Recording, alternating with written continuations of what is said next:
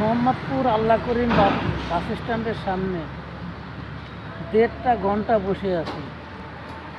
একটা যাত্রী এসে জিজ্ঞেস করলো না যে ভাই যাবেন নাকি। একটা বাইকও নাই, আমি একাই এখানে। তারপরেও কেউ জিজ্ঞাসাও করেনি যে ভাই যাবেন নাকি। দেখো আমি দেখাচ্ছি, বুঝছো, কোথাও কোনো বাইক নেই, আমি একাই বাইকার। 1.5 ঘন্টা আমি এখানে বসে আছি, কেউ জিজ্ঞেস করেনি যে যাবেন নাকি ভাই।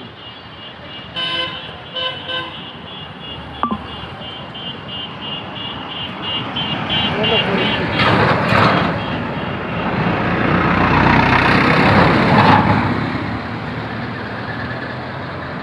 চোখ ছোট হয়ে গেছে, ঘুম আসে, বাস ঘুমাতে পারি না, যেতেও পারি না যে বাসায় যাব ঘুমাবো, টেনশন কাজ করছে। সকালে কি হবে, এখন কিছু পারলাম না, সকালে কি হবে। 200 টাকা কামাই করছি, আমি করে তেল নিছি 500 টাকাই, ওদিকে 500 টাকাই রাখছি, ওটা আর কিনতে দি নাই।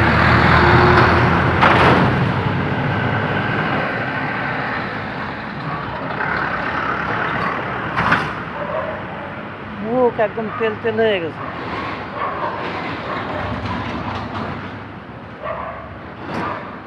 কি করবো বলো, আমার একটু তুমি বলতে পারো?